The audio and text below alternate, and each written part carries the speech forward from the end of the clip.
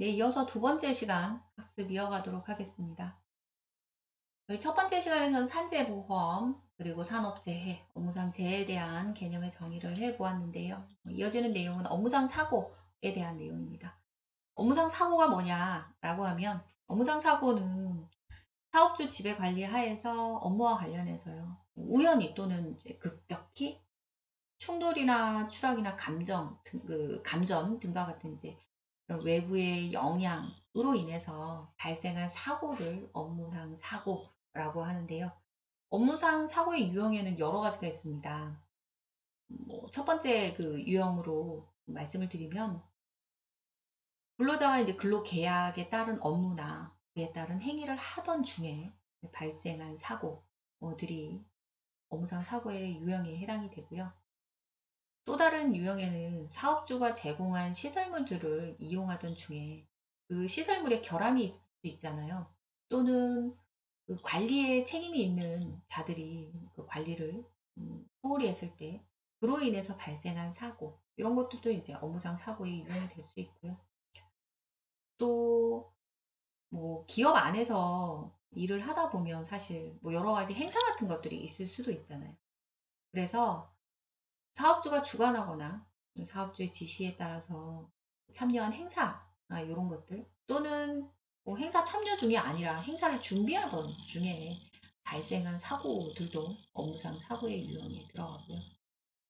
그리고 또 일정 그 근로시간 안에 법정 휴게 시간이 정해져 있죠.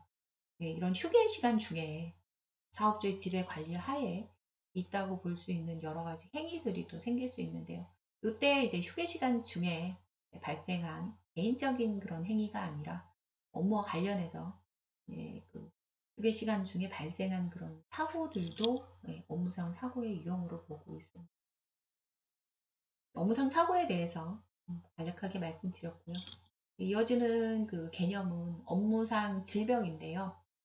업무상 질병은 업무를 하던 중에 업무 관련해서 바로 등으로 인한 뇌 심혈관계 질환, 이 외에도 뭐 신체에 부담을 주는 여러 가지 업무를 수행하던 중에 발생되는 근골격계 질환이라든지, 또는 순간 이제 그 폭로가 되어지는 물질들 있죠. 화학 물질 같은 것들, 네, 방사선 물질, 뭐 이런 물질 등으로 인해서 근로자의 건강에 장애를 일으킬 수 있는 요인을 취급한다든지, 또 그에 이제 노출돼서 발생한 질환 등 이런 그 것들로 인해서 업무와 관련해서 발생한 전반적인 여러 가지 질병들, 그 과로로 인한 뇌심혈관계 질환, 또는 뭐 근골격계 질환, 방사선 물질, 화학 물질 등등 여러 가지 물질들에 노출되어져서 발생한 질병 등등, 이런 모든 것들을 업무상 질병으로 보고 있습니다.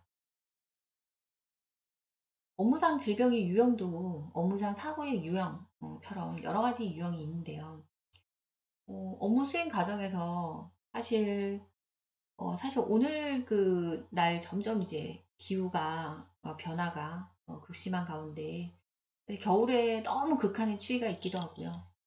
또 여름이 많이 길어졌다, 이런 말들 하잖아요. 사실 여름이 길어지기도 했지만 점점 그 너무 덥고 습한 이런 여름 날씨를 보이고 있는데요.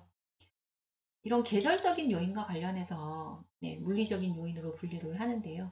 뭐 열사병이라든지 너무 더운 날에는 열사병, 일사병, 너무 또 극한의 추위에서는 저체온증, 뭐 이런 것들과 관련된 이런 물리적인 요인들도 업무상 질병이고요.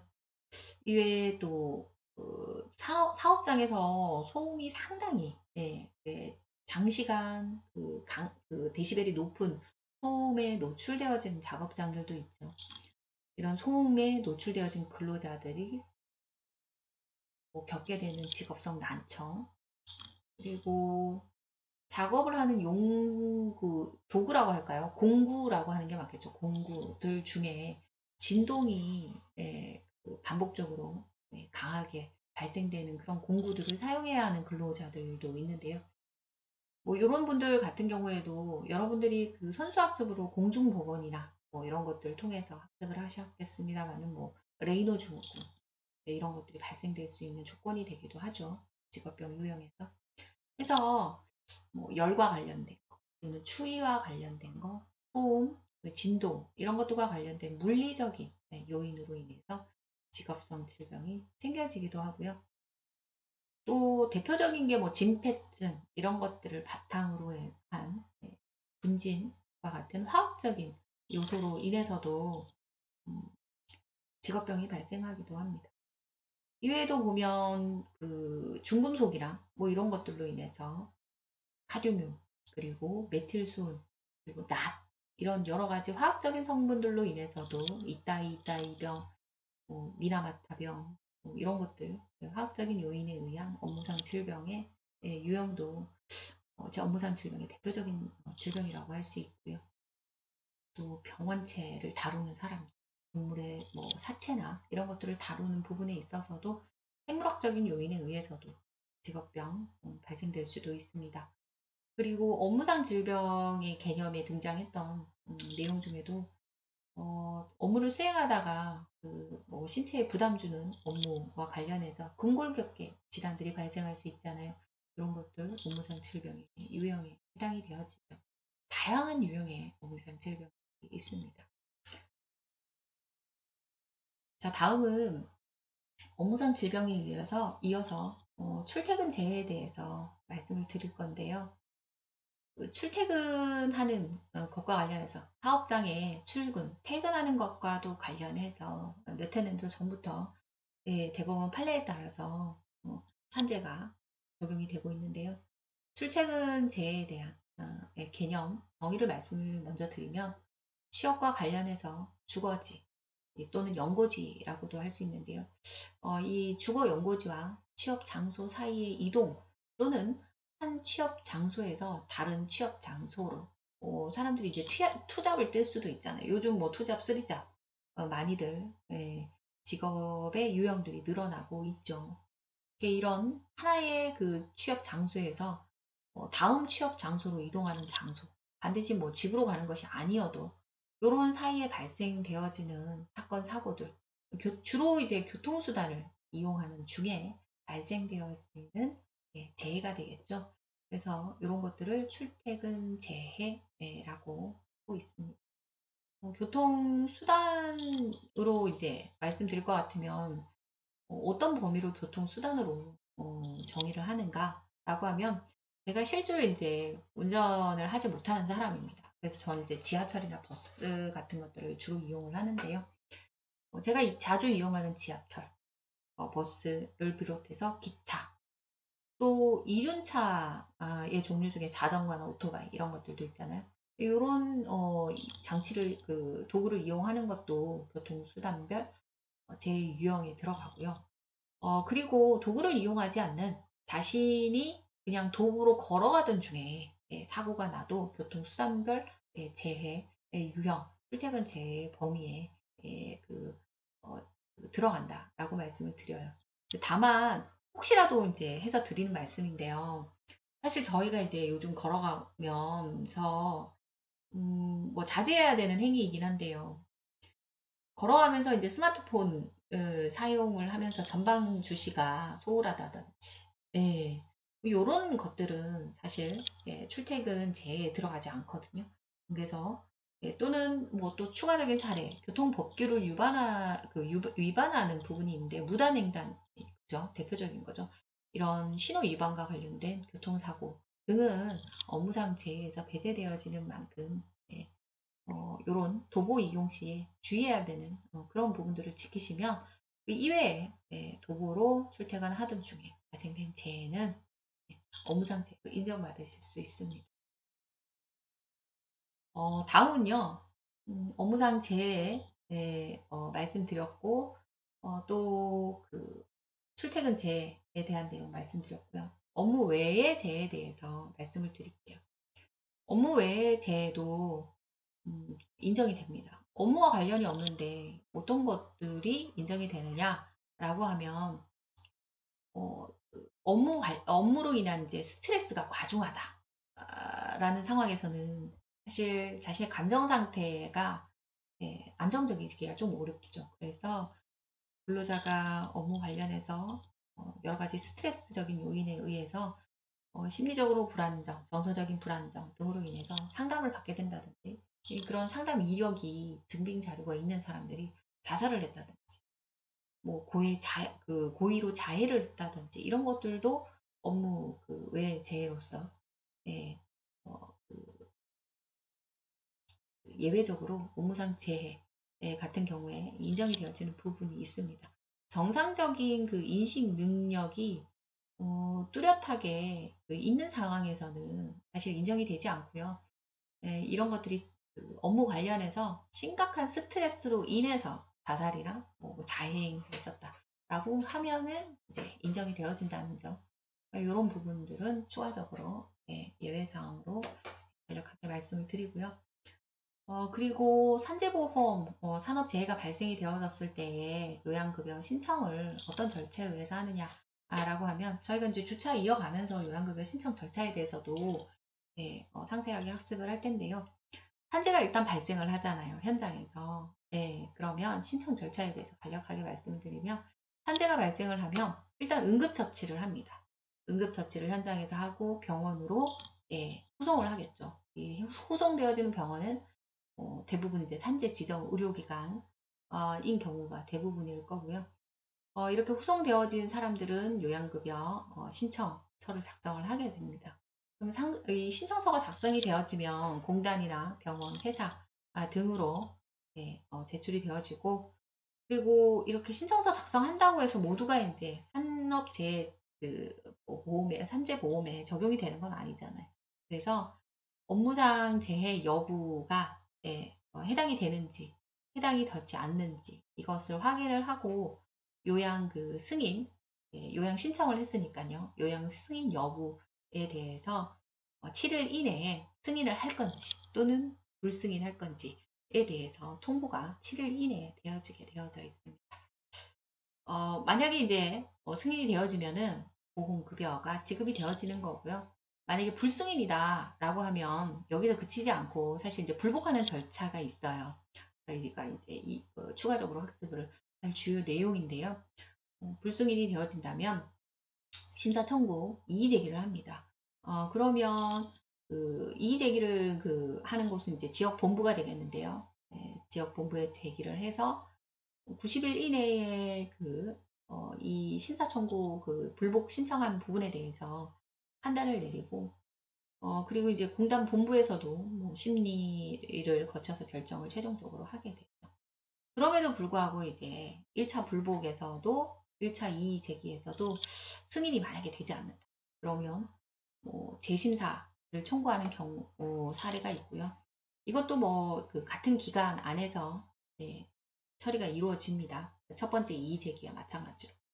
마지막으로 이제 할 수 있는 게 또 행정소송이 또 남아 있습니다. 이렇게 우리 법에서도 보면 1심 판결, 2심 재판부, 3심, 뭐 최고심 이렇게 단계별로 판단을 받아보는 그런 기준이 있잖아요. 근데 이런 요양급여에 대한 신청에서도 불승인이 났을 때에 권리구제를 할 수 있는 이런 세 단계의 권리구제 절차가 있습니다.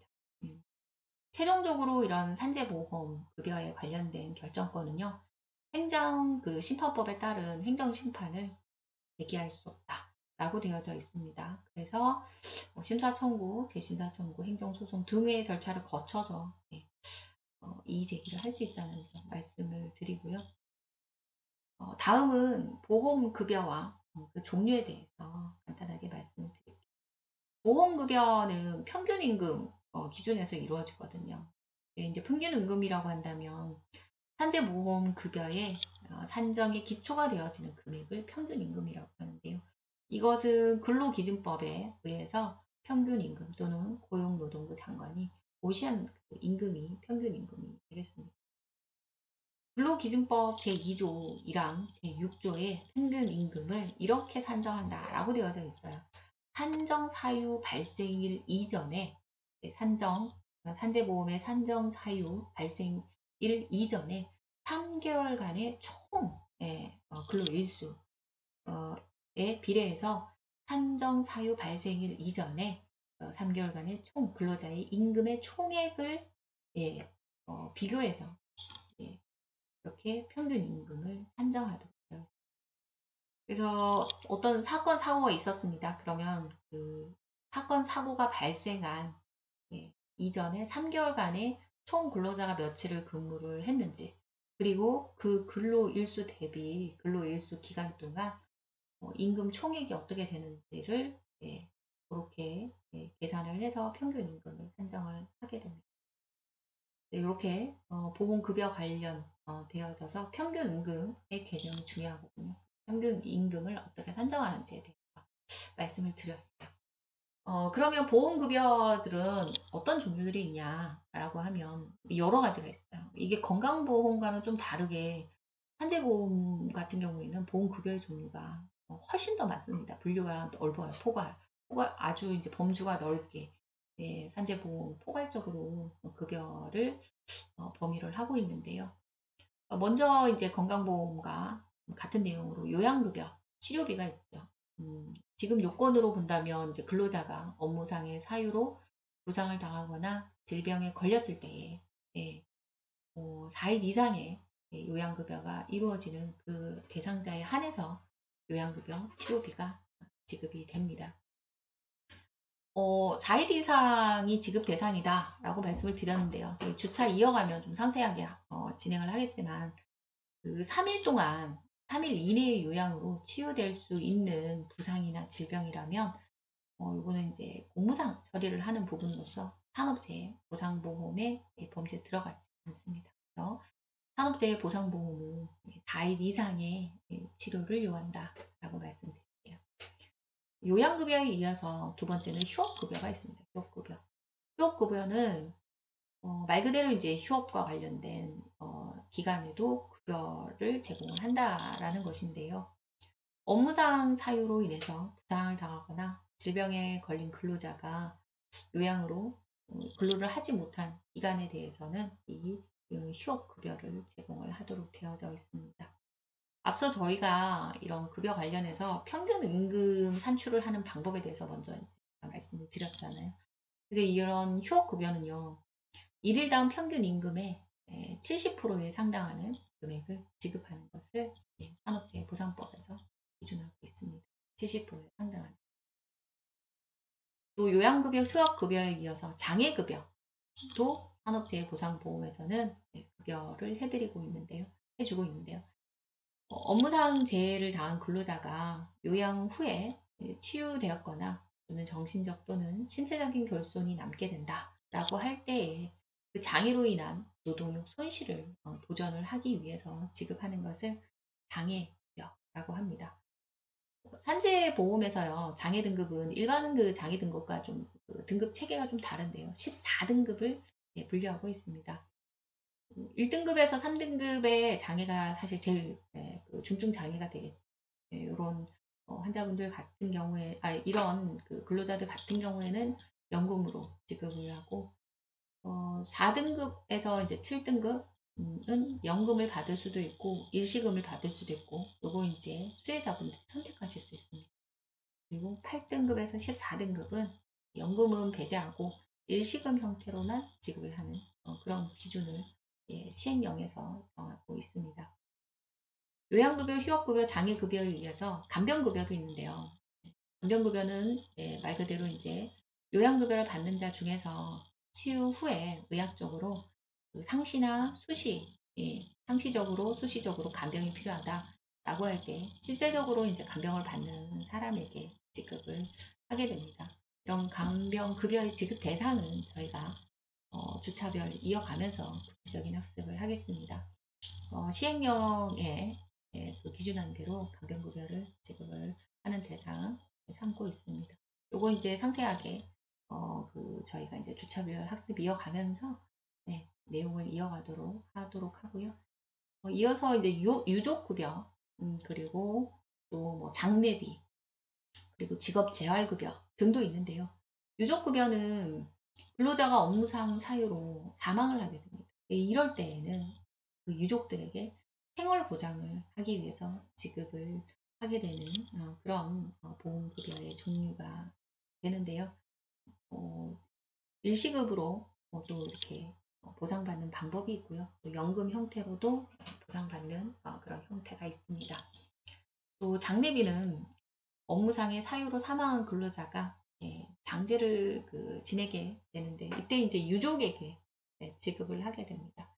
혹시나 이제 장제를 지낸 유족이 없을 수도 있죠. 뭐 이른 가구가 늘어나고 있는 상황에서 유족이 장제를 지낼 유족이 없거나 그 밖에 부득이한 사유로 인해서 유족이 아닌 사람들이 장제를 지내는 경우에는 실질적인 장제를 지내는 사람에게 장제비를 지급하는 그런 조항이 있으니까 사실 이제 산재로 인해서 가족이 없다 하더라도 장례를 치르시는 분에게 산업재해보상법에서 장례비를 보험급여로 지급을 하게 되어져 있습니다.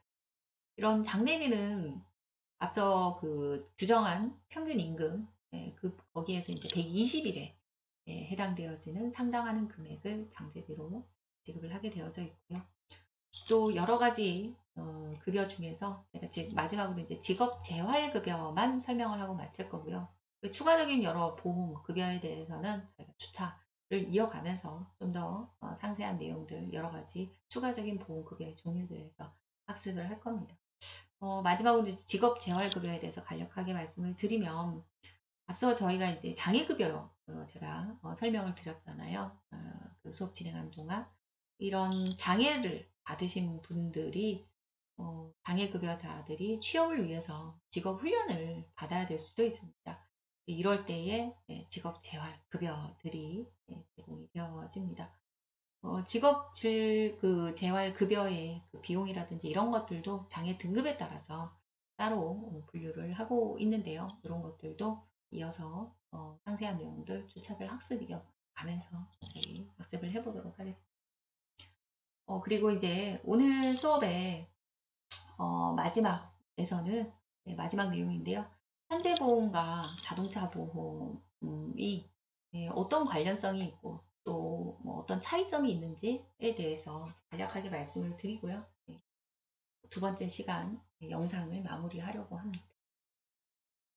제가 첫 번째 영상 녹화에서 말씀드렸는데요. 이제 건강보험 기반해서 산재보험, 자동차 보험 이런 차이점 이런 것들 비교해가면서 수업을 진행을 할 겁니다. 라고 말씀을 드렸는데요. 무엇보다 산재 자동차 보험 수업에 앞서서 여러분들이 선수학습으로 학습한 것이 건강보험입니다. 그래서 2학년 1학기 때의 선수학습으로 학습을 하셨고 또 관련해서 1학년 1학기 때 아마 커리큘럼에 공중보건이 있을 거예요. 그죠?